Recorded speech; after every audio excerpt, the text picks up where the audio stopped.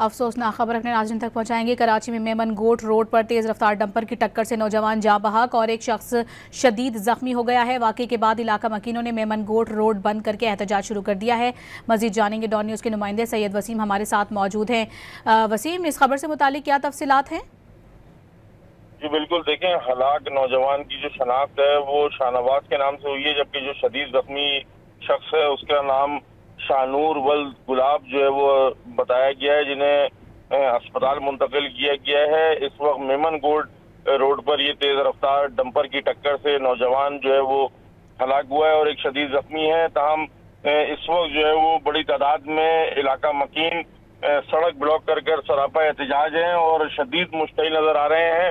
यहाँ पर पुलिस जो है वो पहुंच चुकी है। ताहम जो यहाँ के इलाका मकीन है उनकी जानिब से मेमन गोट रोड के ऊपर रोड को ब्लॉक करके शदीद एहतजाज किया जा रहा है। ये रोड जो है वो नॉर्दर्न बाईपास की जानिब जाता है। ताहम इस रोड के ऊपर ट्रैफिक की रवानी मुअत्तल कर दी गई है। इलाका मकीन शदीद मुश्तिल नजर आ रहे हैं यहाँ पे। जी बहुत शुक्रिया वसीम आपका।